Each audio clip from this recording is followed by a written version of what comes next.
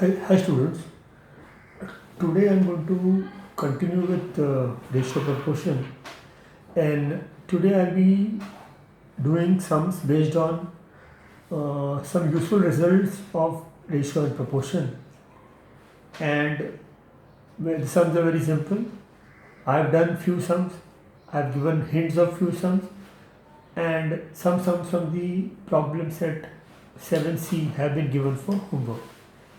And a request to students is to do the sums, the homework regularly, and send the PDF on regular basis. Now continuing with this. If A upon B is equal to C upon D. Now these properties are used for proportion where there are two sides. A upon B is equal to C upon D. And whatever property we are using on one side, we have to use the same property on the second side. So that is basically the properties. Now the first property is invertendo. So if A upon B is equal to C upon D by invertendo from the name itself you can understand that we have to invert both the ratio. So the numerator will become the denominator on both sides. See, A upon B will become B upon A, and C upon D will become D upon C. That means we can invert ratios on both sides, still the answer will remain same. The second property is alternando. We start with A upon B is equal to C upon D, and we interchange B and C. That is, A upon C is equal to B upon D. So when we interchange B and D, then that property is called alternando.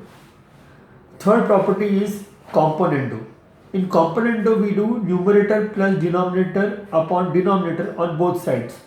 So A upon B is equal to C upon D. So here the denominator is B and here the denominator is D. So we are doing A plus B upon B is equal to C plus D upon D. So when we add the numerator on both sides of the ratio, then it is called componendo.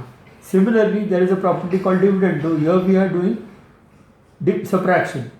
The numerator minus denominator upon denominator. Then that property is called dividendo. So we are subtracting the denominator on both sides.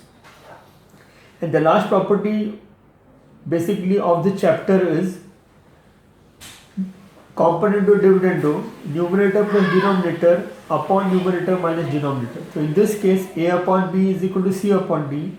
So A plus B upon A minus B is equal to C plus D upon C minus D. So these are the various important results of ratio and proportion, and we will be doing sums based on this for 2 days, for 2 sessions, today one session and the next session.